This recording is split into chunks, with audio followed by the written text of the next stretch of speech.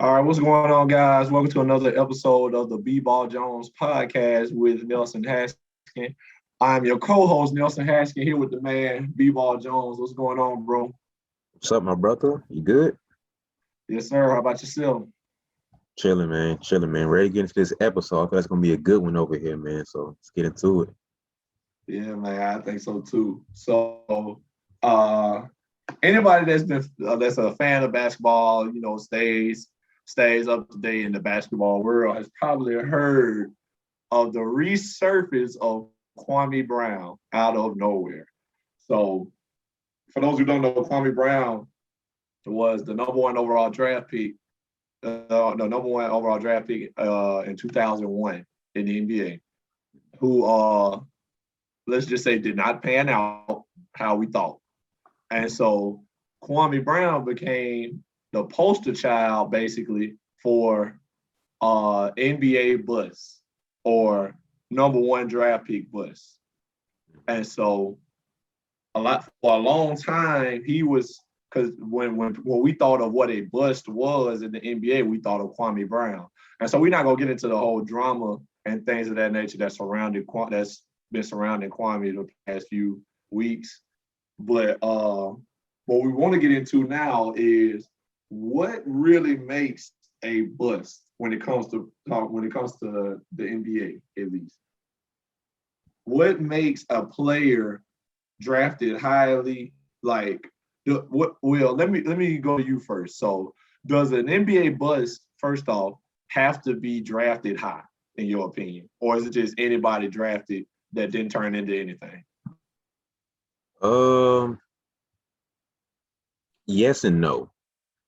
So when I was younger, I was cool with, I was part of that fan base, like, oh, he's a buzz, he's a bum, all this other stuff. But then as I, grew up a little bit and started understanding the whole dynamics of how fortunate and how lucky you have to be to get into the NBA and everything that comes after and stuff, it's like I can't call anybody a bust at that point. Then I grew a little bit more and started understanding of how hard it is to get there and how much harder it is to keep it.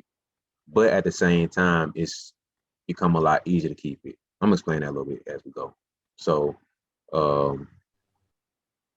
if I had to define what a bust would be, my different personal definition of a bust would be a player who basically had an opportunity, was basically given an opportunity, and they didn't take advantage of it, basically. For whatever reason, they didn't take advantage of it. It was basically their fault that they didn't succeed in their role. Anything outside of that, I can't blame them for it. You know what I mean? So it's like, I gave you a chance. I gave you a chance to start. I gave you opportunity to play. I gave you opportunity to train and practice. You didn't work out. You didn't come to, practices. You didn't come to the game prepared. You were always like stuff like that. It's like, that's what me personally, I define as a player being a bust. So I know that's kind of a weak answer. Oh, yeah, kind of a safe answer, but it's just like, because there's so many things that go into it to where I can't just say this player is a bust, because it's like we're gonna get into it of other examples that I have to kind of bring up to back up why I'm saying this, but like just based off that and what I've seen and my limited knowledge, what I do know about that level of basketball, it's like it's different, especially nowadays. It's like it's totally different to be a player of that level. So it's like at this point, it's your fault to a certain extent. So, what about you, man? How you feel? Your definition of a bust? So I think personally, I think there's different levels to what a bust can be. So first I had to break down like this. I think you're a bust if you are top five in the NBA draft and don't turn into a solid starter or key player on that team. Really top 10. I go top 10. Unless the team that drafted you just happened to have a high draft pick and didn't really need certain players, like they was already like whoever the Lakers draft or whoever the Milwaukee Bucks draft or whoever the next draft is not really expected to start. They just expect to come in, be somebody. But if you are drafted top 10 and don't become a key piece for a team, and I ain't saying you got to do it in your rookie year, but within 5 years, if you do not become a key player for a team, you are a bust in the top 10 picks. If you are 10 through 20, or no, I say 10 through the rest of the first round. After the top 10, anybody else drafted in the first round, if you don't become a solid role player, like getting good minutes, coming, even if you're just a shooter or whatever, or just a rebounder, if you're not getting solid minutes in the first 5 years, you will bust because you were drafted in the first round. You expected to be a good player. And then after that, I feel like there's no such thing as a bust. Bust can only be drafted in the first round. If we draft you in the second round, you're just somebody who can help the team. I feel like nobody drafted people in the second round hoping they turn into stars. I mean, we hope everybody we draft turns into a superstar or something, but that's just not likely. Mm-hmm. So we anybody drafted after the first round is kind of just like a hope that you become a good player at one point. And so with that being said, like I said, I give you 5 years to live up to expectations. Mm-hmm. And those are I feel like those are at least my expectations of people drafted in those general areas. 1 through 10, you need to be a starter or solid key player. I ain't say you had to become an all-star. We always want the number 1 pick to become an all-star or a superstar. Yep. And some do, a lot of times, like number 1 picks do become superstars. Like the last couple number 1 picks we've had became solid starters. And so I just think as long as you're not exactly like you're not doing anything, you know what I'm saying? Like if I draft you number 8 and then you barely get in the game, you a bust. And if I draft you number 28 and you barely get in the game, you a bust. Because I wasted a first round pick on you. Mm-hmm. But if I drafted you in the second round and you barely get in the game, it's like, it's whatever. Like you got drafted in the second round, hopefully you'll develop. But only people drafted in the first round can be busts, in my opinion. What you think about that? So my thing about that is, I think I got 2 things about that. So number 1, let's say you specifically, right?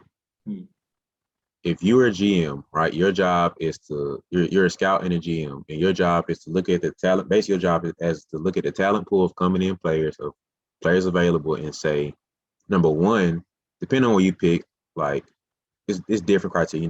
Top 5 picks got certain things they're looking for. Top 10s different. Lottery picks are different. You know that. So it's like, but at the end of the day, your job is to pick the players that are best available / pick the players that best fit your team or organization. Now, the first 5 to 10 picks, you're trying to pick the best player, period. More than likely, you're trying to pick the best player, the most talented player, period. So it's your job to determine what's the most talented player to you. I think Lonzo Ball is a better player than Anthony Edwards. Yeah, Anthony Edwards. I say the full name. I think that Trae Young is a better player than Luka. I think that Melo is a better player than LeBron James. It's my job as a GM to make these decisions, right? So if I draft this player number 6 and like Steph Curry was number 6 and he doesn't pan out because of his ankle injuries, the player can't control that. You know what I mean? To a certain extent, he can't control that. You know what I mean? Like injuries are a whole different thing, but it's like it's my job to pick the most talented player and the best player. So if my job as a not a scout and a GM is to say, this guy is worthy of a top 5 pick and doesn't pan out, I have to take some blame for that too. It's not just the player's fault, it's my fault too. And so it's like, we can't just look at the player and say that, he's a bust, he failed because he didn't thrive as a top 5 pick. Maybe he shouldn't have been picked top 5. That's my fault as a GM for thinking he's a top 5 talent and he's not. You know what I mean? So it's like maybe he was great in college and great in that situation that made him thrive to make him seem like an NBA player of this caliber. And he's really a top 10 pick. So as a GM, as a scout, they got to take more responsibility for that. And then number 2, you can go ahead. I was going to say, but like, I feel like there's a little bit of luck involved in that. like you said, guys course. get injured, so you can't really blame that on the guy drafted. But Yeah. like it's a little bit of luck involved. So, but if you draft a guy 3, 4, 5, and they just turn out to not be good for no apparent reason, they just like, hey, they're not really panning out. Then yeah, obviously you do got to take some of that blame. It ain't all on the players, but at the same time, that player, hey, I mean, it what it is. At the end of the day, you play. Like my coach tell me, hey, I can't put the ball in the hoop for you. I can only call the plays. So if they just not panning out, oh, man, it's blame shared on both ends. But if they didn't draft, somebody else would have. It just wouldn't have been as high, and they still would not have panned out most likely. So I just think it's a little bit of luck involved. But go ahead. So my counter argument to that would be that, yes, don't get me wrong, luck is a big part of pretty much anything that's successful in life. You need some level of luck. But at the same time, it's like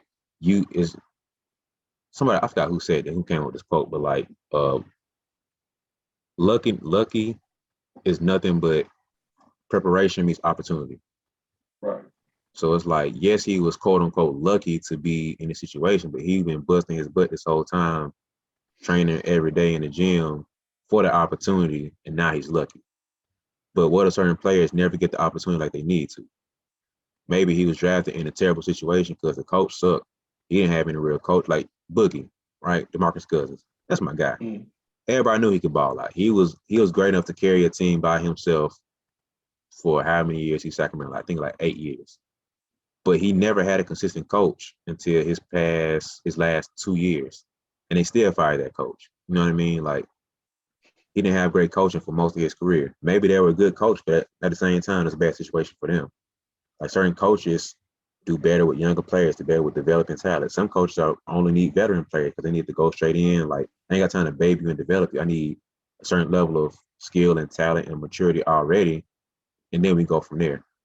And so if we're a lottery pick and I'm a coach that needs veteran and seasoned players, you drafted me as lottery pick. The lottery pick is expected to be ready to play right now. But he's a guy that needs more training and more seasoning to be who he could be. But he's drafted to me as a number 11 pick. He's expected to play and play well, like you said. But me as a coach, I'm not giving him a chance and opportunity because I need play now players. So he's not getting an opportunity because he's in a bad situation. But all this time he could play. So like I said before, a bust is a player who is given an opportunity and a chance, and it's in their hands basically, and they fail basically.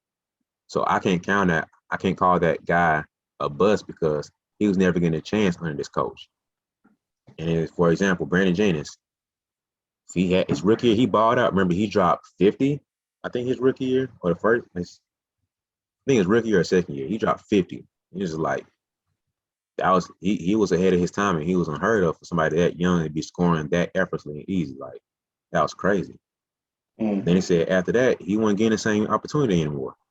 Milwaukee wasn't rocking with him the same anymore. The best looking at him crazy. So it's like, hey, young blood, how about you? You can't do it over here, man. It's like, I can't score. I can't play basketball. That's how I play. You know what I mean? So it's like, Brandon Jennings was a bucket. If anybody knows Brandon Jennings, he was a bucket. Like, he was. Then he lefty too. So the lefties different, man. Some of the lefties, I'm jealous sometimes of lefties, but they different. They crafty. They either super crafty and shifty, or they the super smooth. Like, it's lefties different. But like, Jennings was a bucket, and so he had a couple rough years in Milwaukee where he was getting playing time, but not getting playing time. He scored 50, then scored 2 the next game. You outside looking in, you're like, man, what's wrong with him, bro? He can't play. Like, he's super inconsistent. No, he's getting his confidence killed because he's told to play in a box. This is what a point guard does. He's put in a box in the pigeonhole of what a point guard should do, not knowing he's more of a Lou Will, Jamal Crawford type. Just let me score and let me go. Let me do what I do, and you do what you do. So, like, players not given opportunity of pigeonhole into certain boxes of frames of what they should be as a player hurts them to grow and develop within, like your time frame of 5 years. My first 3 years were killed because rookie year I didn't play or I was inconsistent. Sophomore year, I'm not playing because I'm under the same coach and my team isn't built for me. Third year, I get traded. So now I have to learn all these new things on the fly. Then I got hurt, but I ain't tell nobody. I'm still trying to play on this hurt ankle because this is my last year of my contract. And now I got re-signed to this contract. I only got 2 more years out of this 5 like you talked about. So now I signed a 2-year deal now. So now in these 2 years, I had to refigure this whole team out. I have to gain my confidence back from these first 2 years I got killed. And now I have to redefine my game as a point guard now. You know what I mean? So it's all these things you have to, and then I got to move. I got to figure out how to move. I got to figure out bills. I got to figure out payment. I got to figure out moving to this new city. I got to figure out the NBA. It's so many things coming against players outside of basketball that now I have to readjust basketball too. That's a lot to balance and juggle. So it's like so many times that's not put out there to be known as. You know what I mean? So it's like Skip. If you look strictly on the court, yes, he's a bust. Like he's not performing to be a lottery pick, a top 5 pick, a number 1 pick. But outside looking in, it's so many other factors that play into why he's doing it. So it's like we have to, when I start seeing that angle and that perspective of it's like, dang, like I forgot who said it. I think it's Gilbert Arenas. He was like, most times when guys aren't performing well on the court, like superstar or all-star type players, it's never a basketball thing. It's usually something off the court that's bugging them to where they're not able to perform on the court now. Anytime somebody goes through a shooting slump, it's either A, they're not getting the same number of shots up, something going on with their lives. I got into it with my girlfriend off the court before the game, and I'm struggling now because my mind's on that. I'm frustrated. I'm bothered. That's throwing me off. My kid's sick, so I'm worried about that. My mom just died. You know what I mean? So many other things that go on to affect the player that we as fans and, you know, basically customers of the game don't know about. So it's like, it's so much stuff out of my hands, just basketball-wise, outside of my hands. Then you got to throw in life in that too. Now, we ain't even talking about that's basketball-wise. Like injury-wise, that's a whole other conversation. I can't, like Greg Golden, Derrick Rose, Grant Hill, you can't put those guys in this discussion. That's a whole different conversation. So strictly about your skill and your performance, what you've done or not done on the court, I can't agree with calling players a bust until I get the full story of all that. So that's why for me, it's hard for me to say certain players are a bust. Because it's like, you might have got the opportunity. You could have performed to a certain extent. It's hard for me to call most of the players that we call a bust. I can't call everybody that. So that's. I feel that. I feel that. And I was having these kind of arguments with some people on social media over the past week about Kwame Brown. And so, you know, Kwame came out and was talking about, you know, he got drafted. So for those who don't know, Kwame got drafted to the Washington Wizards in 2001. Michael Jordan was still playing for the Wizards at this time. And so according to Kwame, the weird thing about that was Jordan was, I think he was part owner too and player. Yeah, that was weird. That was wild. So it was like he was a minority owner of the team at that point, and he was still playing. So it's like, and then it's Jordan too. So it's like that's like he's still Michael Jordan.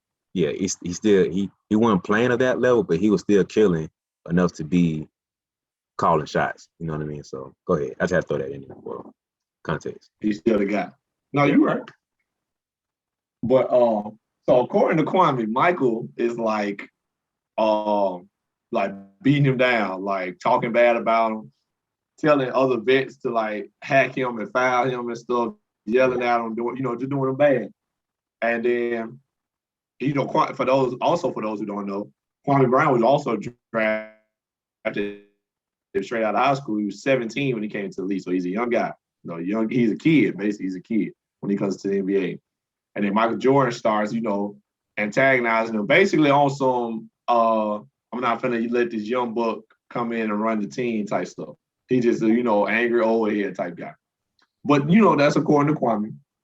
And so Kwame goes from the Wizards after, I want to say 2 or 3 years. And then he ends up going to the Lakers. That's funny. And then he plays for none other than Kobe Bryant. Michael Jordan ain't nothing but Michael Jordan Part 2. Michael Jordan Jr. And so it kind of just happens all over again with, Kobe, the way Kobe, we all know about Kobe Bryant, fierce competitiveness and stuff like that. And so Kwame's not playing up to how he feels Kwame should play. So he's kind of beating him down too, talking to him, yelling at him and all that. And so it's just one of them things that his career kind of took an unfortunate path. But to defend Kwame now, saying like, would you be able to still play with Michael Jordan killing your confidence? Or would you be able to play if guys was hacking you and all that yada yada when you came to the league at 17 and stuff like that? Would you think you would be able to play? And my response to that is he ain't play his whole career with Michael Jordan. So you ain't play your whole career with Mike. You ain't play your whole career with Kobe. He played 4 years with Washington, 2 years with LA, then went to Toronto, and then kind of bounced around the league for a little while. But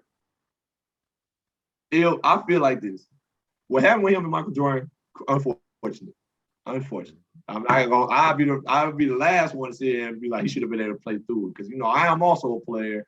There's certain things that's hard to play through, especially when you're young and new to something. Mm-hmm. So I give him a break. But like I said, he ain't play his whole career with Michael Jordan. And in fact, Michael Jordan retired in 2002, didn't it? I want to say somewhere around that time. Keep talking. I'm gonna look it up. Keep talking. But I just don't think that beginning of his career should have defined his whole career. He played 13 years in the league. 13 years, like 7 different teams. And people want to point to the beginning of his career to why he turned into a bust, or what we define as a bust. What was it? 2003. 2003. So he played with Michael Jordan 2 years. And he played at Washington for 4. So he played 2 years at Washington without Michael Jordan. I'm not trying to say he should have just been fine after whatever happened. Because, I wasn't there. I don't know what all went into it, how bad it was. And, in Kwame's words, he was like, you would have broke down if you had to live through what I went through and all that, yada, yada. And so I feel like, he had a valid point. Mm-hmm. But 5, 6, 7 years down the line, if you are who we think you are, at least 5, 6, 7 years down the line, I feel like he should have got the rolling a little bit. He should have found himself. And so I took the liberty, find some Kwame Brown stats. Kwame Brown, best season in the NBA, 10 points, 7 rebounds a game. 10.7 rebounds, playing how many minutes? Give me a second. 10.7 rebounds, playing about 30 minutes a game. Okay. So if I gotta play the number one pick, and he averaged six points and five rebounds for a career. If I gotta play the number one pick in the NBA draft, if I have to play him 30 minutes to get 10 points out of him, that's a bust. And folks and the next thing they say about Kwame Brown, oh, he can't be that bad if he stayed in the league 13 years. Kwame Brown is huge. I don't think people realize that Kwame is huge. It's a reason Taco Fall is on the NBA roster right now. Taco Fall is not good. Like, we want him to be good. He kind of like a fan attraction, 7'7", but he don't even start, and he's 7'7". There's a reason for that. He's just big. We need size. He has the most size any human could possibly have, and so it's just one of those things. I don't think people realize that, and so we're not gonna use this whole episode to just talk about Kwame Brown. Mm-hmm. But I just feel like whatever may have happened to start your career, despite injury, with the exception of injury, whatever happened to start your career, it may not have been the best situation for you. You might not have had the right coach, or you might have walked into a bad situation team-wise. But excuse me. But you might have walked into a bad situation team-wise. All that. But that's why I say 5 years down the line, you got 5 years to prove to me why we drafted as high as we did. 5. So I ain't saying every number one draft pick ain't got to be rookie of the year. Every number one draft pick ain't got to be a superstar in the future. But anybody drafted top 10 need to be a solid starter or a solid key player, in my opinion, or you are considered a bust. Like, let's just say, and if we being honest, nobody ever, ever, ever has come into the NBA with more expectations than LeBron James. There is yet to be an NBA player, past or present, to come into the NBA with the expectation that LeBron James has. LeBron James came into the NBA straight out of high school, just like Kwame Brown, and had the title of the chosen one. And he was supposed to save Cleveland. Cleveland, no, it could have been written about in the Bible. Cleveland got the number 1 pick. The kid from Akron is the best basketball player in the country. Coming out of high school, St. V. St. M is perfect. Storybook. Cleveland gonna draft the Ohio kid. He gonna be the chosen one. Like, sound like something written in a fairy tale. Like, from out the concrete, this rose came, and Cleveland just so happened to have the number 1 draft pick. So no other NBA players ever been drafted with the expectation that LeBron James has had. And nobody can sit here and say LeBron James walked into the best team situation. Nobody. Mm-hmm. So I'm not one to show a whole lot of sympathy for nobody that don't live up to expectations. Because expectations can kill more great players than any game and any injury. Yep. And so now, and like I said, unforeseen things can happen like Michael Jordan and Kwame Brown. But at the end of the day, 4, 5, 6, 7 years later, on down the line, you need to be finding yourself. Because at this point, you a man. You came to the league 17, 18 years old. 5, 6 years later, you're 23, 24. So it's time to step up. It's time to realize, okay, I'm used to being in the league. I know what it's about. I'm not at that team, that bad situation I was in. You can get out that bad team situation. You can be past that. You can get away from that bad coach or that team that just give you a different coach every 2 years or whatever. But at that point, you go from being 17, 18 to 23, 24. You're a man now. You should be accustomed to being in the league. You know what it's about. You know how to prepare yourself. You know how to train. You know how to play. You know your role. You know your play style. At that point is where you need to be starting to expand, where you need to be starting to grow. And some guys we never see growth from, at the level that we want to see. Like, you don't have to be, like I say, no top 5 pick got to be a superstar. You ain't got to be an all-star, but you got to be a solid key player. Like, you can't just be a guy on the team and we drafted you number 5 or top 5. We wasted our pick, in my opinion. That is what I consider a bust. That is the bust to me. So if you ain't growing in 5, 6 years down the line, that's a bust, in my opinion. Okay, so I hate to keep going back to Kwame Brown, but he's a very great example to use that we can use to umbrella a lot of other situations. So to give more context, like I said, to that whole situation, Michael Jordan has been known to not be the greatest GM and owner of a franchise. He's historically known to not be good at his job, basically. Right. He's known to have a bad pick of talent, a bad selection of players to choose from. And so I want to say 3 years ago, maybe, he hired a new GM, and Mitch Kupchak, he used to be with the Lakers around when Kobe was there. Owners are usually the last one to okay most deals, because at the end of the day, it's their team, it's their organization. So the GM, president, the coach, you all got to sign off.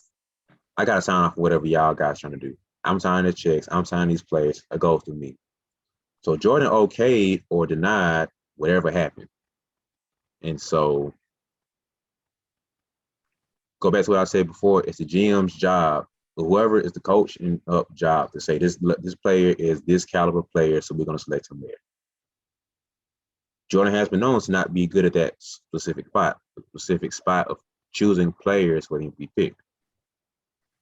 So like you just said, the expectations of a player changes from where they're picked at. So if Kwame Brown was selected as a second round pick, he would not be a bust. He's basically slotted to be a role player. And so a lot of players are selected at a higher pace or higher place because the GM wasn't good. You know what I mean? He didn't do his research or whatever. You know what I mean? He just wasn't good at his job, basically. And so he thought he was a top 10 pick, but really he was a late first round pick or a second round pick. And basically all the other, maybe him and one other GM thought he could have finessed his way through, but all the other coaches and stuff knew that he wasn't that great. It's not my fault you picked me there and put a little expectation on it. Go ahead. Now, I kind of got a problem with that now because I feel like anybody drafted number one, if you wasn't drafted number one, you was going to be drafted top 3. Anybody. Oh, like, so that's my other point about that. So it's certain years where I remember I can't remember what year this was, but I remember before going into the draft, not every, but most analysis were like, this year isn't a great year to have superstar talent coming out. Yeah, some draft classes are weaker than others. So think about that about every single year. You're going to have a solid top 3 picks. After that is you're looking at all-star superstar players, top 3 picks. After that, it's legit role players. Some years it's straight role players. Some years is the 03 draft, you got a historic class. So it's like every year it changes bit by bit. You might have a solid top 5 picks or top 5 players. The rest of them are okay. A top 3 picks, the rest of them are okay. A top 1 pick, maybe 2, the rest of them are okay.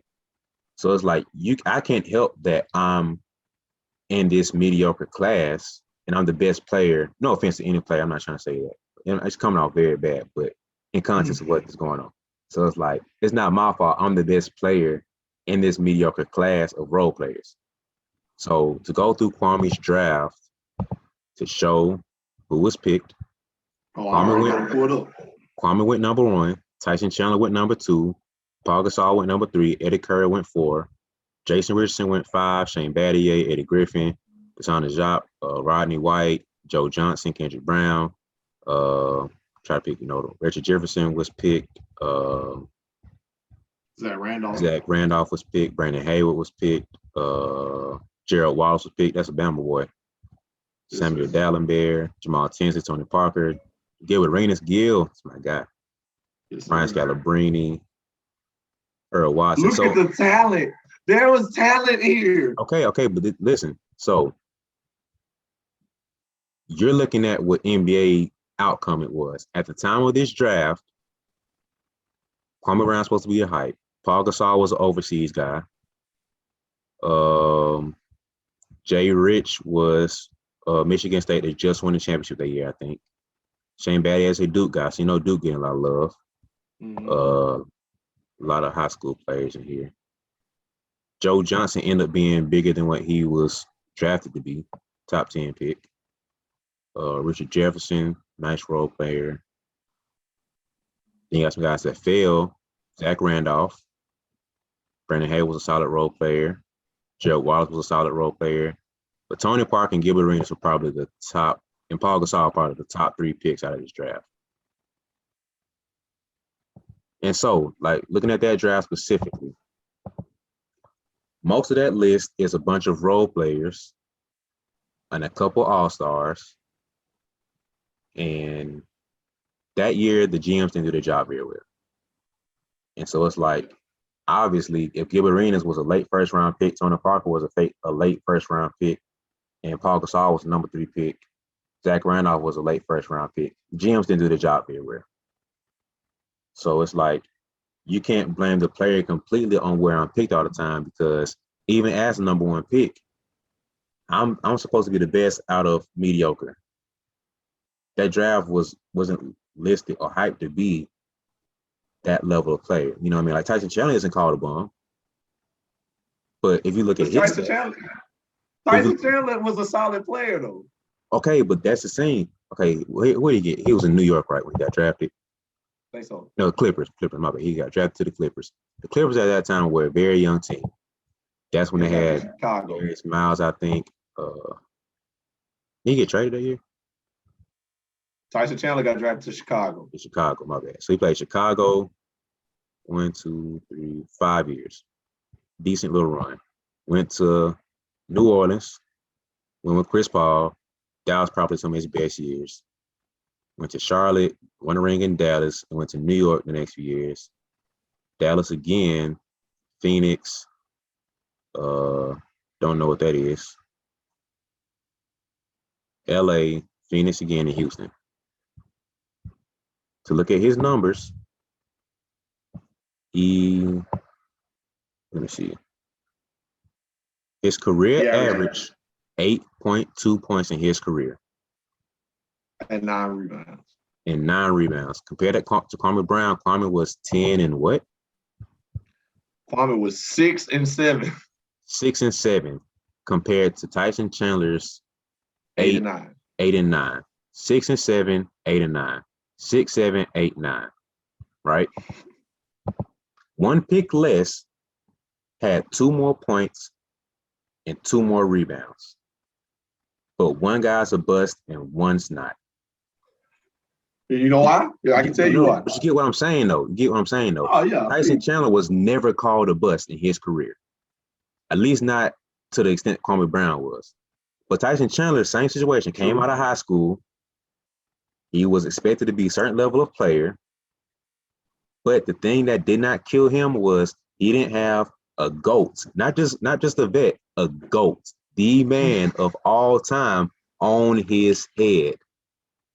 Not just coming on you on your head. It's not just the vet, it's not just the coach getting on you. It is Jeffrey Jordan on your head. Michael Jeffrey Jordan is saying you cannot hoop. You suck. You need to be doing better. You suck. You go from that, you get a year break from him. All right, cool. You go to Kobe Bean Bryant on your head. That's killer Kobe. It wasn't Paul Gasol when he softened up a little bit, had Lamar Odom. He learned how to be a better leader to different players and stuff. He was trying to be Jordan still. He was still chasing Jordan, trying to be him. So you got Michael Jordan 2.0, the killer assassin on your head again. So you basically got a year break to catch your breath, and then you got your confidence killed for the next 2 years again, or 3 years. So it's like a lot of players go through that. Yes, you might not have had Jordan being on your head, but you got vets killing you, clowning on you, bro. You can't do this, you can't do that, you suck. Killing your confidence. Confidence is everything to a player. And so your confidence gets shot by those two of the greatest players of all time. You got one who is, I can't drop Jordan any less than 2 in any GOAT conversation. No, maybe 3, just depending on how you're looking at it. But top 3, more than likely top 1. I'm not gonna disrespect Jordan like that. Top 1 player of all time, and Kobe is a top 5 to 10 player of all time. So you got 2 of the top 10 players on your head the first 6 years of your career, basically saying you cannot play in the NBA. You need to be doing better. That's a huge confidence killer, bro. It's gonna take more than a couple years to recover from that. You need some therapy. You need a little bit of Jesus. You need some hugs, some loving. Because that's hard to recover from, bro. Like, you need a whole you need more than just to grow up. Like, that's Michael Jeffrey. Bro, anybody that watched The Last Dance is well aware of how ruthless Michael Jordan was. Right.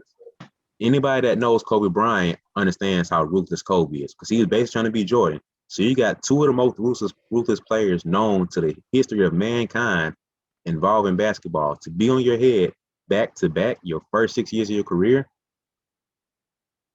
Come on, bro. It's not just somebody trying to kill you in practice. That's totally different. You had that on steroids. So what he went through compared to any other bust is incomparable. So I wrote a list down of what some of the most popular guys want to be a bust are. So you got Sam Bowie, who was drafted in '84, second pick in front of Jordan. Then you have Darko Milicic. He was in a historic draft for LeBron. He was picked number 2 ahead of Chris Bosh, D Wade, and Carmelo. Let's go Andrea Bargnani, picked number 1 overall, 2006 draft. Andrew Bogut was picked number 1 overall in 05 draft. You got Adam Morrison, another Jordan pick who didn't pan out. You can go in on him. He was picked number 3 in 2009. Greg Oden, pick number 1 in 2007. Hasheem Thabeet, pick number 2, 2009. Jahlil Okafor, pick 2015, pick number 3. And Anthony Bennett, 2013, number 1 overall. And so these guys are known as busts. But none of these guys had anything comparable to what Kwame Brown went through. And Kwame Brown survived, stay in the NBA for another 13 years. That alone is respectable. Because I commend Kwame Brown for what he went through and still survived to the NBA for another 13 years total. So you're telling me that Anthony Bennett, Jahlil Okafor, Darko, Hasheem Thabeet, I'll say Greg Oden off of there.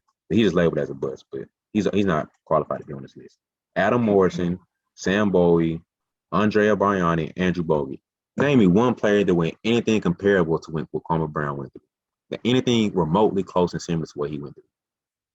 I mean, we don't know that for sure. We don't know if they did go through anything like that. We only know Kwame Brown because of him speaking out. Jordan and Kobe Bryant.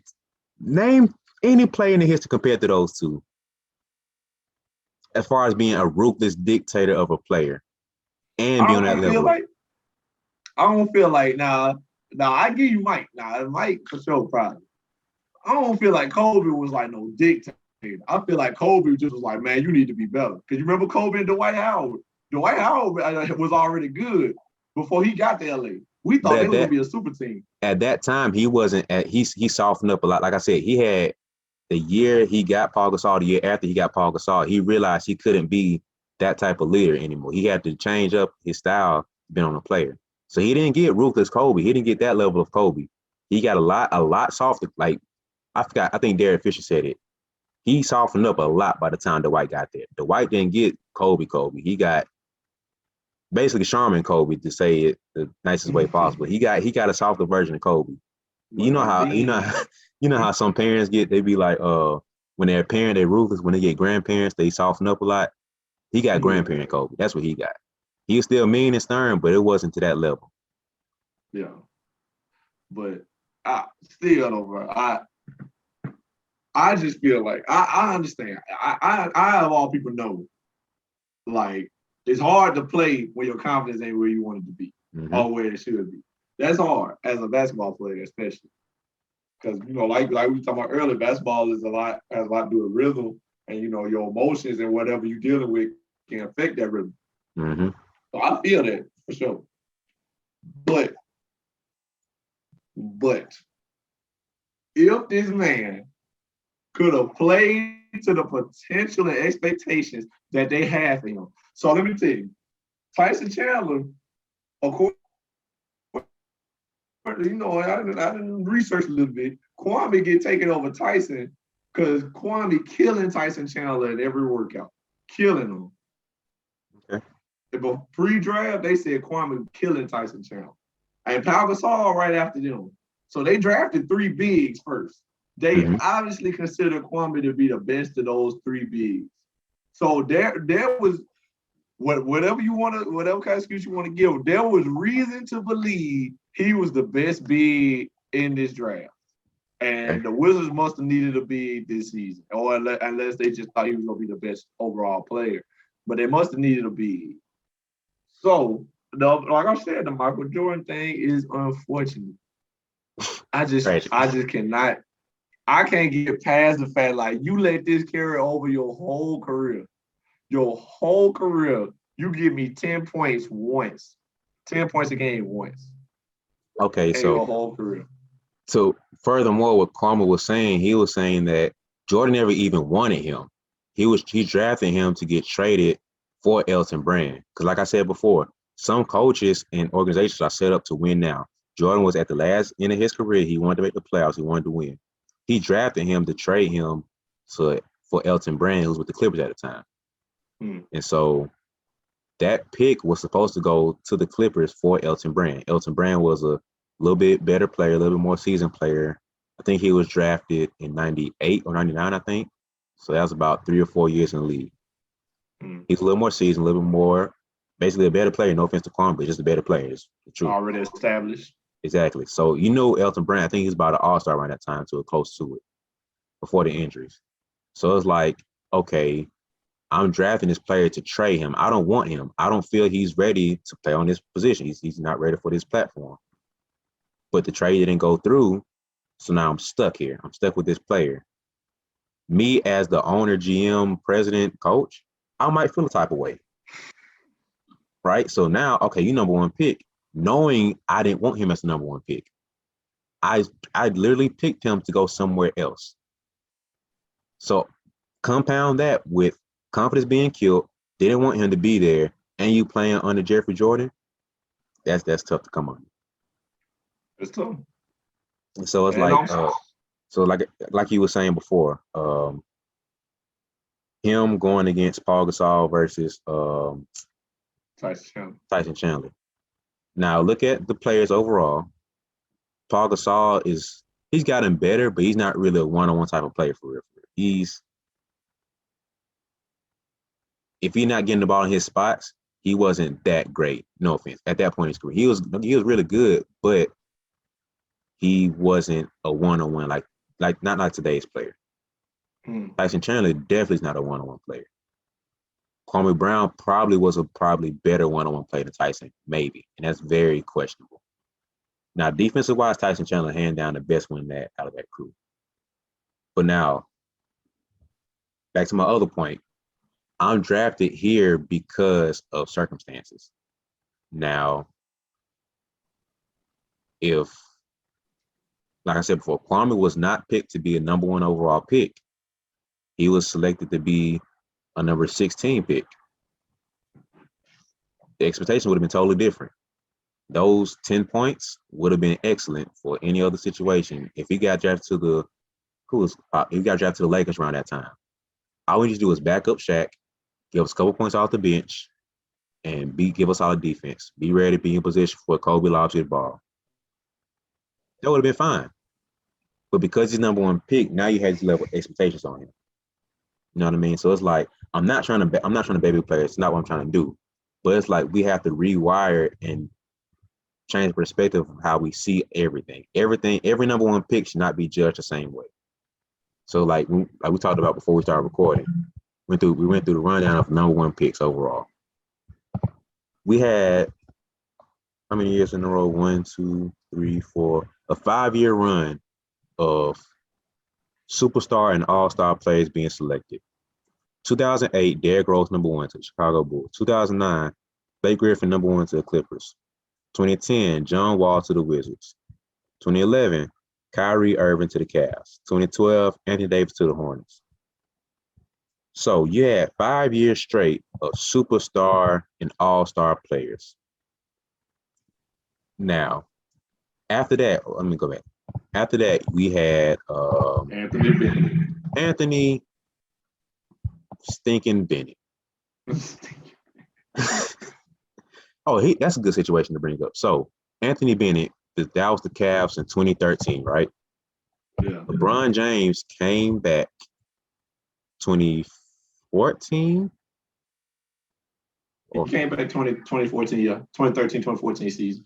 Exactly. So I remember that year was a weird season because the Cavs weren't exactly sure how that thing was going to play out. They just drafted Bennett to be you're going to fit with Kyrie Irving. They had Tristan Thompson that year, number 4, or somewhere around that time. They drafted Tristan Thompson, number 4. Yeah. They had Dion Waiters. They had a young squad they were trying to groom to build up to be a playoff team in a couple years to go and develop. LeBron came back and threw all that stuff out the window. Like, nah, ain't no developing players. It's like win now. Wherever he goes is automatic win now.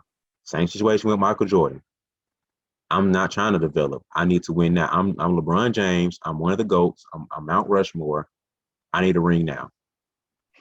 So Anthony Bennett went from preparing for development as number 1 overall pick to scrapped, basically. Did he play that year with the Cavs at all? Anthony Bennett? Yeah. I doubt he did. No, they traded their I thought they traded their pick for Kevin Love. Or did he go ahead and play for Cleveland at first? So he played that year and he had decent. He went averaged 13 points, No, my bad. Oh, that's minutes. Terrible. He averaged 13 minutes, 4.2 points. Let's go to rebounds, 3 rebounds, and 0.3 assists. Played 52 games. Next year, he went to Minnesota after that trade, averaged 5 points, 3.8 rebounds, and almost averaged an assist. So at that time, Minnesota was developing too. Minnesota wasn't known as a great organization to play under because Kevin Love wasn't happy, wanted to get traded. After that, he went to Toronto. After that, he went to Brooklyn. So by your 5-year standard, he played in 4 different cities, went to 4 different coaches, at least 4 different coaches, 4 different offensive terms, 4 different defensive terms, terminology to learn, 4 different players, 4 different guards and systems to learn, 4 different habits to learn in 4 years, out of the league, year 5. Now, he's not the first nor only player to go through the situation or something very similar to it. I can probably run down a lot of these list of players that I named earlier went through very similar situations. Because there's a reason why the draft is the way it is. The draft is set up to where the first lottery picks, I went to the worst teams basically to help develop and re-engineer and rejuvenize the franchise, the team, all that great stuff. So that those picks are meant to be a very valuable pick to help rebuild these teams. Now, as a player in that situation, you're supposed to be given a couple years to develop. The reason why those teams are bad is for whatever reason. Either they don't have talent, the coach is terrible, the GM's terrible. There's some reason why that team is bad. There's a reason why the teams are picking top 5, top 10, top lottery picks. There's a reason why. Right.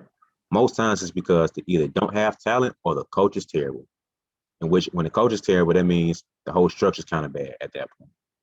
And so young players that need developing can't be developed as well under bad structure. Like you can't expect the house to be built well on a bad foundation. At some point, it's going to crumble and fall. I'm gonna have a wall that's slanted. I'm gonna have a crack in this wall over here, all because of this foundation's off a little bit. So it's not my fault as a player that you put me up on this bad foundation and I'm not thriving well. Every player is not LeBron James.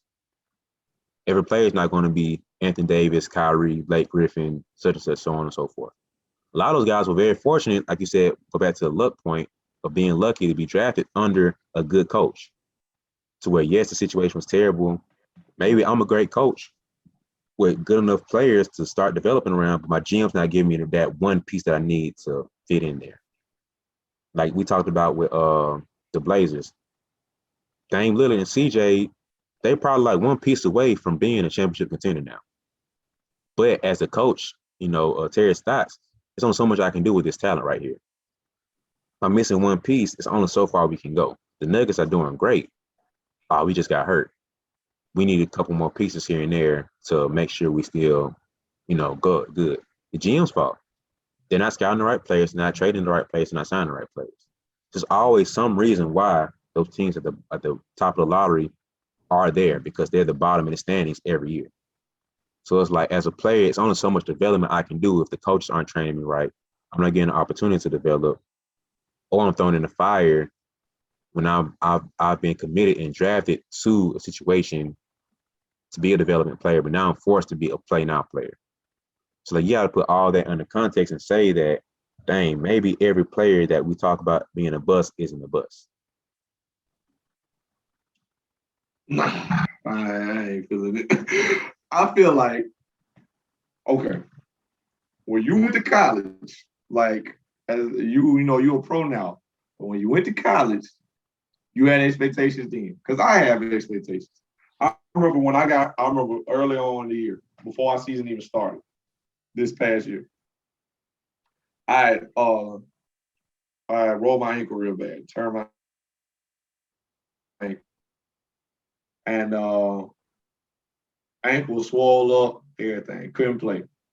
Had to go to the training room, get physical therapy every day, all that.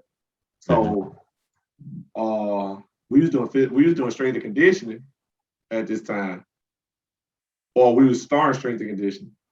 And I had to miss like the first 2.5 weeks because of my ankle. Every day I walked in there, my coach said, man, Nelson, I ain't seen you play basketball yet. I don't even know if you can still play. I got to go back and watch the BeBall highlights to know if you remember what you used to do. I don't even remember if you could play basketball. This was every day that I walked to the gym. 6 a.m., 1 o'clock practice, it didn't matter. My coach is on me about that. I can't play, okay? I can't even, my trainer was like, hey, no practice, no workouts. And like, I'm the type of guy, I'm doing everything I can to play. But my coach on my head, like, man, I don't even know if you play basketball no more. I don't see you do nothing but eat. I'm out here paying you to be a ball boy. He was saying these type things to me. So then I start feeling that pressure, like, coach, it's me, your boy. Remember? Like, I start feeling that pressure, like, okay, when I come back, I need to come back playing. I need to come back on top because he clearly is losing faith in me as a basketball player. So when I came back, I come back at like 70%, 70%, I would say for myself. Trying to say, hey, you can start back practice. They give me an ankle brace to, show me how to lace it up tight, all that. He said, you can practice. I'm practicing. Really ain't doing much, but I'm getting through the whole practice. You can still see it like hindering me though.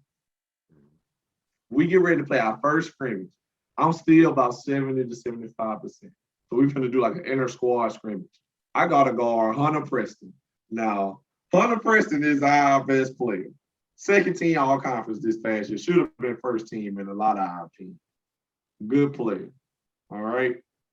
The thing about Hunt, we call him Hunt. The thing about Hunt is he got an unlimited amount of hustle and energy. Hunt gonna hustle after all the loose balls. He don't mind getting on the ground. He gonna fight for every rebound that come near him, everything. That's just the type of guy he is. Hunt don't know how to go under 100%. It's either full speed or nothing. That's the type of guy he is. Hunt proceeds to kill me in this scrimmage. Hunt had 20 points. I think he had 24 points, 20 rebounds. Kicking my butt, Brian. And coach let me have it. We watched film that we had the scrimmage on Friday. That next Monday, I see my assistant coach. He said, we're going to watch film later. Just know you're finna have your welcome to Columbus State. That's what he told me. I was like, coach, he ain't give me no kind of sympathy, he ain't give me no kind of leeway on this. Like, he know I'm hurt. Like, he know I just came back. He's like, hey, man, the boy don't really care about that. He the type of guy, if you playing and you healthy, he that type of guy. And my coach Butler, he's showing me the series. He's like, hey, I know you was hurt. I can tell Javon how you were playing. Because he was coaching my team. Coach Morrison was coaching the other team. Coach Butler was coaching my team. Like, I can tell by where he was playing, you was hobbling a little bit. I can see a little limp in the way you running. I know you ain't 100%, but they ain't don't care about that. I'm just going to tell you, you're going to get ready. We get in film. It seemed like every other play, he's saying my name in film. Nelson, what is this, man? Nelson, you got to have that rebound. Nelson, you got to box out. One play, I kid you not, Brian, one play, they shot the ball. They shot a three. I boxed Hunt out as best as I could. But the ball bounced towards this side where my ankle is, going towards my bad ankle. Basically, I can't lift to release to go get the ball. Hunt swim moved me, kind of almost just throw me out the way, go get the rebound, lay it up. I could not do anything. There was nothing I could do. I just had to be like, sorry, I couldn't get it. I can't move. I can't even release off the ground to go get the rebound. And this man did not care about none of that. He like cussing at me, yelling at me, all that. And I ain't telling you this for you to feel bad for me. You feel, I ain't saying that. I ain't saying that for you to be mad at my coach or anybody listening to this. I don't care about that. All I know is when that happened, I realized, okay, I gotta bring it. That's all that matters. He don't care if I'm hurt. He don't care if I'm sick. He don't care how I'm feeling that day. None of that matters. When I get out here between these lines, I gotta play. I gotta prove myself every day. And that's just how I took it. I ain't get mad at him. I ain't get mad at my teammates. I ain't get mad at my assistants.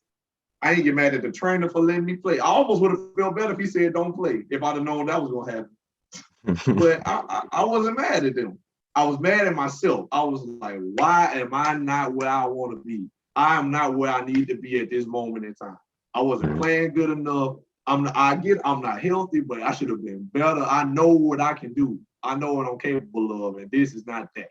And so when people are here telling me, you don't know what they were going through, he might have had this going on, he might have had this coach and all that, yada, yada. I done had everything that you talking about. Now, of course, I went in the NBA. I ain't had to move. I wasn't doing they kind of travel schedule. I ain't have all that going on. I wasn't being grown, paying bills and all that. But all I can tell you is I do have to go to school, had the pressures of school, because school ain't just easy on this level. I ain't like I'm just out here chilling. And ain't nobody doing my work for me. I don't care how good at basketball you is. Don't nobody do your work for you if you ain't playing for no big time D1 school. That ain't happening down here at Columbus State, just so everybody listening knows. So I still got to do my schoolwork. I've been in relationships. I got girlfriends and girls that I talk to. You feel me? I've been doing that since I've been in college, just like anybody else. I done had arguments with my girl and then had to go play. You feel me? My folks done been sick. I done been sick and still had to play. So I say that to say, I don't care about that. I just don't. I'm not the one for it. I'm not the one for the sob stories. If you hurt, that's one thing, because I was hurt. But if you able and you get out there, you just got to do it, man. And that's what I learned. That's what Coach Moore taught me. If he didn't teach me nothing else, when you get out there every day, you just got to do it. It's on you. I don't care what else going on outside of here. Because when I get between them, and that's how I approach the game now. When I get between them lines, what's going on outside of this gym, it don't matter no more. It's about us in here, and it's on me. They expect me to do this, and they are dependent on me to do my job. So if you've been in the league 13 years, and for 13 years you did not live up to them expectations, it's on you. And that's just how I feel about it. Because if LeBron James would have came into the league and would have been and had the same career as, let's say, if LeBron James would have had the same career as Hakeem Olajuwon, that's still great. But guess what? He ain't live up to expectations. We're going to be mad at LeBron for that. People in Cleveland, people everywhere will look at LeBron like, man, he could have been so much better. He did this. He could have did this. And Hakeem Olajuwon, obviously a great player, top 10 all time for a lot of people.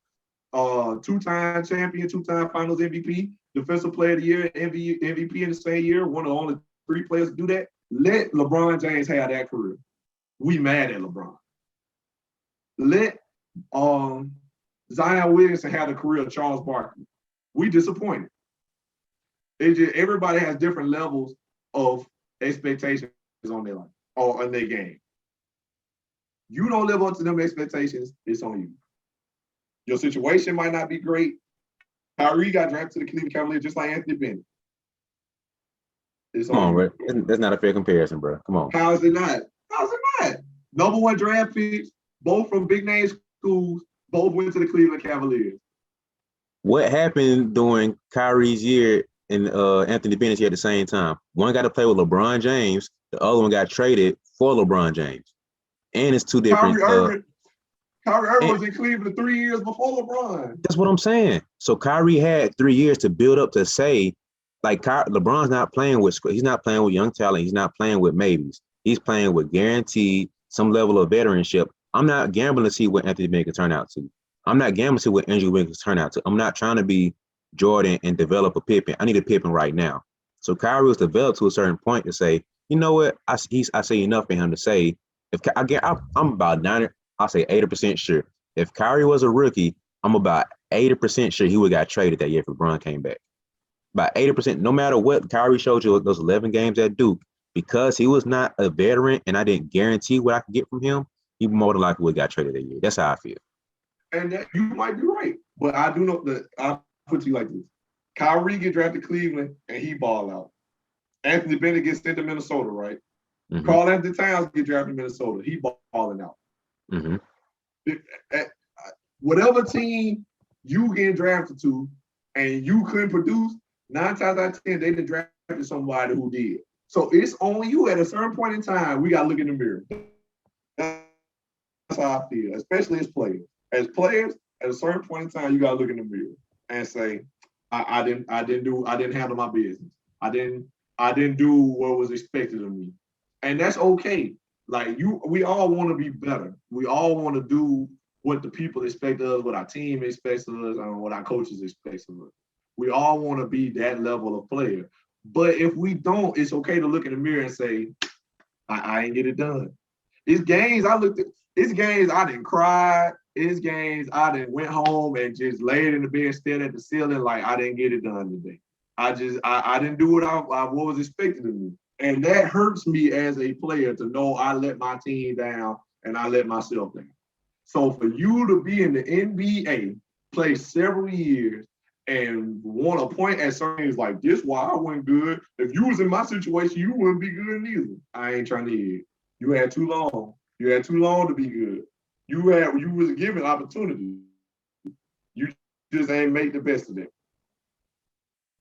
Okay, so kind of use your example for my last point. So like you said, you had certain level of expectations for you to come back into, right? From your injury. So the number one pick is 9 times out of 10 expected to be the best player in the draft and to be on that team. 9 times out of 10, right? Right. So for your situation, you didn't come back as the quote unquote number one player. No. You were, you're filling your role. So your expectations are different compared to a number one pick. So it's like, as a number one pick coming into a team, you're expected to do X, Y, and Z. You being a certain level of player, you're expected to come in and do X, Y, and Z. So if your coach demanded you to be the best player on the team and come back and fill that role, of course you're not going to meet expectations because that's not who you are. It's not what you do. That's not what you're capable of being right now. That would have been a bad situation for you, and that wouldn't have been the best conditions for you to thrive in. Would you have performed? Yes, you would have performed. More than likely, you would have performed to what you're doing now. You know what I mean? That's what you're capable of doing at this point in your career. But Vada said, Nelson, come out, give me 20 and 10 every game. Bro, I'm not even 100%. You talking about 20 and 10. You know what I mean? Like, that's killing your potential of what you can do right now. And so it's like certain players are drafted with those expectations, but at the cap of my career, I'm a role player. Kwame Brown is a role player. Is that a bust? After looking to I was looking at the totality of the whole situation. So specifically for Kwame Brown, I don't consider him a bust. He was a role player and he played his role. He understood that. So by living to expectation that I put him as number one pick, yes, he'll be a bust. But in totality of his career, of what I see, you're a role player, bro. Like, that's the scout's fault for putting you number one. But then at the same, like you said, at the end of the day, you got to perform and put in work to where you're capable of living up to those expectations. But I feel like the busts are always going straight to the player when some of it is the GM fault. Now, I'm not saying every single player should be getting some sympathy. It's like, nah, bro, some of these people just straight up didn't perform. Like, you suck, bro. Like, you're a bust. Like, by all definitions of a bust, you are a bust. But I think we throw that term out too loosely to say every single number one pick that's not LeBron James is a bust, or not a superstar is a bust. Every single pick that's a top 5 pick or a top 10 pick or lottery pick is a bust. I feel like we throw that out so loosely. That's like we throw out a GOAT. It's like we throw out a classic. That's like we throw so many terms out too loosely, whether it's a glorified or derogatory term, we throw it out too loosely without really understanding everything that goes behind it. So I'm not saying here trying to be Mr. Gary Body a cookie. So I hate that thing too. I'm not trying to say every single player is not a bust. No, some of these dudes are busts. Like I said, opportunity given to a player and you don't perform, you're a bust. So it's like at the same time, you might have been given opportunity and we're judging you by superstar standards, knowing the whole time your career you should have been a role player. Your whole career you should have been coming off the bench. You know what I mean? Like there are certain players who on a team, you might be the number one guy. On a championship winning team, you're a number 3 guy. Kevin Love was not, he was a number one guy in Minnesota, but on championship winning team, he was a number 3 guy. Now, if we judged him his whole career based off being number 1 guy, he never would have won a ring. But he had to understand himself, understand his role, tamper his number wise, he was putting 20 and 20 up, 40 and 20, 30 and 20. It was like stupid what he was putting up. Right. He would have been Charles Barkley at that point of great numbers, a great player, but no rings. But he understood his role and to perform, to really max out his expectations of being a lottery pick. I think he was maybe a top 5 pick. To really get the height of being that, he couldn't be a number 1 guy. So by him being very self-aware, saying, I'm not a number 1 guy, but I need to win a championship. I want to win a championship. I got to be a number 3 guy.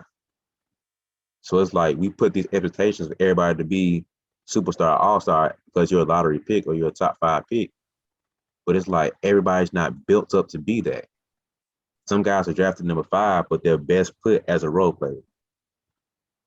So it's like, and then my last thing I want to say is like every player that comes in, what you did in high school and college and pre-draft, that's great. But at the end of the day, we all know what NBA talent is. So like, who's a great example?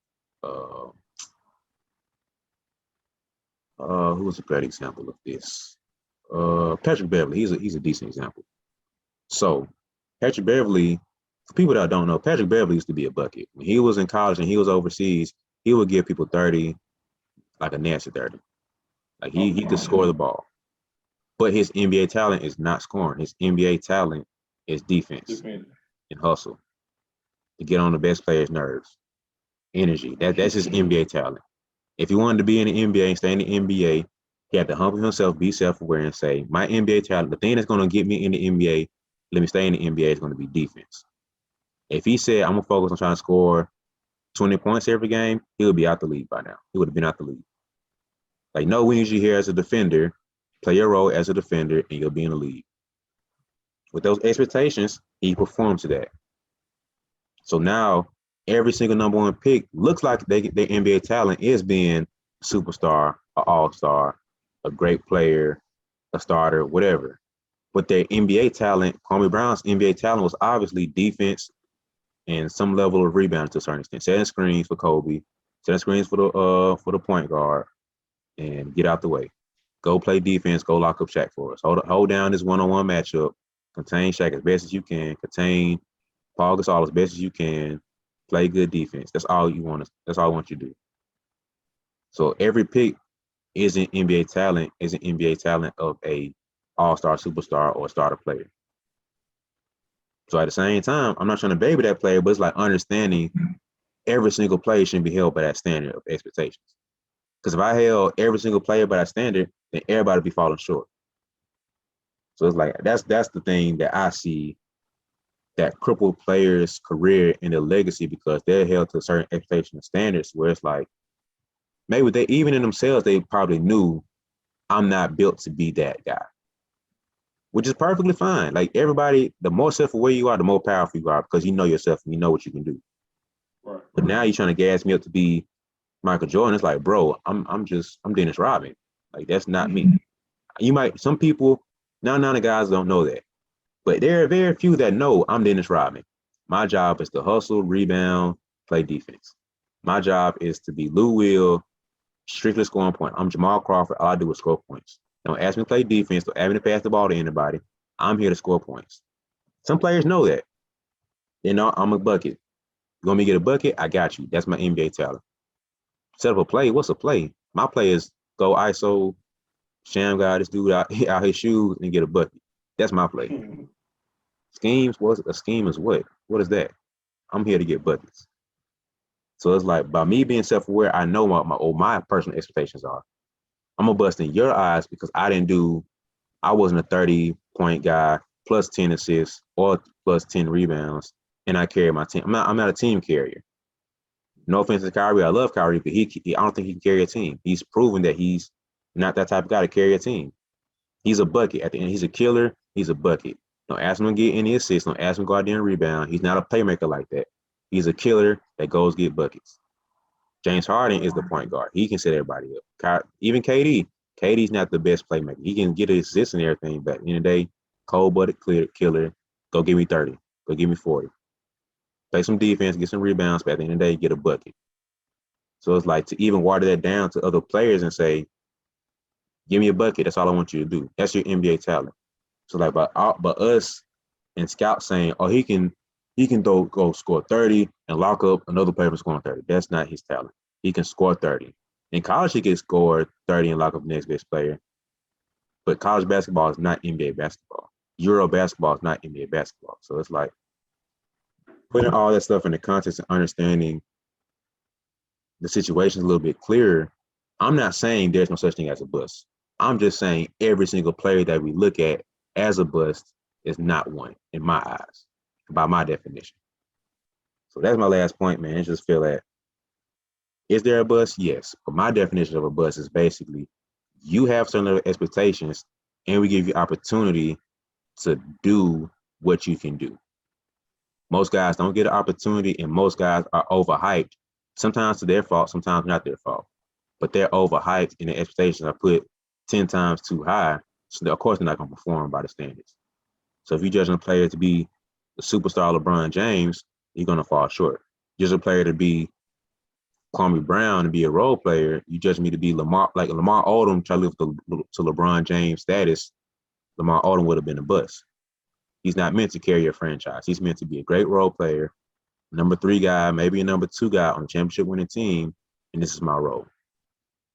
So it's like, by looking at through that extent of my definition of what I see a bust as, a lot of these guys who we have as a bust, you got to cut at least half of them out. So that's just how I feel about the whole bust situation. I feel that, bro. I feel what you're saying. You know, there's like circumstances be different for everybody. But my last thought on it is just like, if you last in the league, that's why I give you the 5 years. If you last in the league for a certain amount of time, you ought to be able to find your way, find your growth, find your play style, whatever it takes. Because you don't have to re-sign. Your rookie contract only good for 2 years, right? Your rookie deal ain't only for 2 years. I think some of them are 3. I think it really depends on when you get picked. Like the first couple picks are like maybe 3 years, maybe 4. I know 3 years for sure. Yeah, so I'm not taking nobody top 10 that I want to just come off the bench or barely play. And like you said, you know, some guys, you know, your expectations might not be suited for you. I want you to be LeBron and you Dennis Rodman type stuff. But 5 years later on in the league will know that. And if you play like Kwame Brown, you play like Tyson Chandler, you play like Pau Gasol, play them many years in the league will know what you are and who you are and how you play. So with that amount of time and that amount of opportunity, you should be able to find yourself. Like I said, I got to play the number 1 pick in the draft, 30 minutes to get 10 points and 7 rebounds. That's a bust in my eyes. You had your time, you had your opportunity. And this is what I got out of it, and that is not the expectation you had before you. And so if you ain't meet your expectations, that's just it. That's just what it is. If you get hurt, you feel me, that's another story. But with the time and opportunity, if you don't meet the expectation, that's a bust. That's the definition. You didn't fail. And with the time and opportunity, you ain't meet the expectation, you fail, in my opinion. You ain't failed in life. Because I remember that's kind of what people start talking about too. And when I say you bad or you're a bust, I'm talking about in the grand scheme of things on the level of which you play on. I know I'm not better at basketball than Kwame Brown was. I'm not better at basketball than Darko Milicic or Anthony Bennett. I'm not better than any of those guys. But for the level that we consider them to be on, number 1 draft picks in the best basketball league in the world, they did not meet the expectations they had. And so that's just all I consider a bust. And every number 1 pick don't have the same expectations as other ones. Like the expectations of LeBron had, like I said, nobody's had the expectation LeBron was placed on him coming straight into the league. But he met those expectations. And so I feel like at that point, I mean, everybody ain't gonna be LeBron, like you said, but nobody else has LeBron James' expectations. So I feel like there's no excuse for an Anthony Bennett. There's no excuse for Andrea Bargnani. There's no excuse for guys like that. Either you reach those expectations or you don't, and that's just how I feel about it. But I'm good now, bro. You anything else you want to say on the topic? Yeah, so we actually brought something back to my memory. So I remember, I forgot who it was, but they were saying a lot of scouts, or no, a lot of coaches, something asked scouts like, "Yo, so Anthony Davis, what's his ceiling and what's his floor? Mm. What's his what as at his peak best? If he's developed the perfect way, where do you see him developed into be? I see him being a Kevin Garnett type player, maybe a Hakeem Olajuwon, maybe being this type of player. That's his ceiling at his best. I see him being at that level. He's basically a superstar player, carry a franchise, a great defensive anchor, give you nice 20 and 10. That's our player. 25 and 10, 25, 12, something like that. What's his floor? His floor is Tyson Chandler. I'm throwing this out to Tyson Chandler, Dikembe Mutombo, KG without the offense. You know what I mean? Not Dwight Howard, but you know what I mean? A defensive anchor. He offensive A good game, not defensive developed. player. A great defensive player. That's all he is at best. He gets you a couple defensive player of the year awards, a Rudy Gobert type, long, lanky. He's a great defensive player. Offense, he's going to be DeAndre Jordan, pick and roll offense, dump it off to him on the drives. He dunks it in. That's his floor. And so it's up to me, whoever's making that pick, to decide, can we help him develop to that level? Can we get him to that ceiling? Or do we need him at that floor? You know what I mean? So it's like, as me and I'm the decision maker. It's my job to say, I see him, I can see that ceiling for him. I can see him being the king. I can see us developing and putting the pieces around to where he can develop to that point. Or I see his floor. All we need is a defensive guy. That's all I care about. If I'm the Warriors, I don't need I can't think of nobody right now. I don't need a cat. I need somebody that can give me 20 and 10 every night. I can use a joker who just sets everybody up. He scores a 12 to 15 every night and averages 6 assists, 7 assists, 8 assists every night. I'd rather have that than 20 and 10. I don't need that. So I need a defensive rebound. I need a JaVale McGee that can just get rebounds, play pick and roll, make these reads off the passes, pick and pop, we pass it to him like Draymond, make 1 or 2 reads, maybe 3 reads, and pass the ball here. That's all you got to do. And so the ceiling and floor thing is a very important thing too. So his development is not all on me. It's on the coaching staff, the GM, to pick the right player, to pick the players around so you can develop and thrive within the confines of what we see him being. And so that's kind of my last point on that. We kind of see eye to eye with the bus conversation, man. But I just feel like overall, we're gonna have to agree to disagree, man. Because I agree with some of your points. I agree with the fact that, at some point you got to take ownership and just be like, it's my fault that I did it. I'm a big believer and fan of not blaming other people. If something fails, it's my fault, especially in my position, trying to grow my business and everything. I don't want to put anything in anybody else's hands to say, you're the reason that my idea or whatever I did fail. I'm taking ownership because it's me. I can't blame you for my success. I can't blame you for my failures. It's all on me. So I feel like NBA players got to take that same initiative and that same accountability to say, it's all on me. But the other side of me understands that it's not all on you at the same time. Like, some of it's luck and opportunity. Some of it is just you being in the wrong situation. Some of it is just misunderstanding. If Dennis Rodman was expected to be Charles Barkley, he wouldn't have been Dennis Rodman. He would have been out the league a long time ago and probably playing overseas somewhere. But because he was Dennis Rodman and allowed to be Dennis Rodman, he was Dennis Rodman. He won his rings. He won his titles. It was rebounding champ titles. Known as a great defensive player.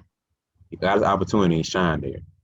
But if he was forced to be Charles Barkley and scored 30 and 20 points, scored, 10, 20 rebounds, and didn't play defense like that, he wouldn't have thrived in the NBA like he did. So it's just like tempering those expectations of what players are and who they're supposed to be is my biggest thing overall. And just tempering our expectation of what being more, I think it's just lazy overall, honestly. That's the thing about it. People are lazy with these titles and labels and stuff. So every single player that we like title a bust and not good player is not really a bust in my eyes. So that's it, man. But it's a good discussion. I feel like this is something that needed to be talked about and just needs to be talked about a little bit more. And I feel like we could have went on for another hour talking about this probably and just, giving more details and more examples of, bust and not bust. But Kwame Brown was the focal point of this conversation because, like you said, he's the poster child, the face of it, and he's the hot topic of the past, few weeks. So it just made sense to keep the focus on him. But we could have talked about Anthony Bennett more. Darko Milicic is probably right behind him as being the poster child. Adam Morrison is a great example, and a plethora of other players. That was just number one picks we made on that, like top 3 picks we made. So, but I want to hear what you guys say, man. What is your definition of a bust? By your definition, who is a bust? Is LeBron a bust because he's not number 1 overall? He could be by your definition. You know what I mean? Whatever expectations you set out for him, it could be a bust. Kobe could be a bust. You expecting him to be X, Y, and Z, and he's not. Jordan could have been a bust. You expecting him to have 10 rings. You know what I mean? It's like by your expectations, by your definition, anybody could be a bust. But this is a very objective thing or subjective thing, depending on how you see it. So let us know, man. YouTube comments. Let us know Apple Podcast comments and reviews. Let us know what you think. Who is a bust? Who isn't a bust? What's your definition of a bust? Do you agree with Nelson more and feel like you got to man up and take accountability? And if you're a bust, you're a bust. Do you agree with me with sympathizing with players and having the full view of things and just understand the situation and stuff and just, I don't know. I ain't trying to baby players at all, but just understanding the situation and stuff. So if you agree with me, cool. If you don't agree with me, that's perfectly fine too. That's probably not gonna change my mind on this, but you might not. We'll see. But you got to comment before so I can know. You know what I mean? So comment below. Let us know what you think. Follow the podcast. Subscribe to us. Follow Nelson on Facebook. That man stays on there having great NBA discussions. I'm not on there as much. That's not my expertise of following. But my guy Nelson loves it, man. That's what he thrives at. So converse with him, comment with him, follow him. Make sure that you follow him on Twitter as well. He's at NellyH34. Subscribe to the podcast overall on Google, Spotify, Apple, anywhere else you get your podcast. Follow us on YouTube. And that's it, man. I ain't got nothing to say. You good? Good. Well, we out then, people. Appreciate you listening. Tune in next week for a special rant by my guy Nelson. He got some stuff to get off his chest about a certain situation, certain player. I don't want to give anything away, but this is a funny one, man. So but y'all gotta tune in, man. I can't spoil nothing for you. Tune in next week to know what we're talking about, man. So if you're not tuning in, you're a lame. I just want you to know that, man. You're not cool. So you're missing out. You're missing out on a great podcast. But I'm rambling now. But that's it, man. We out. Appreciate you listening. Tune in next week. That's it.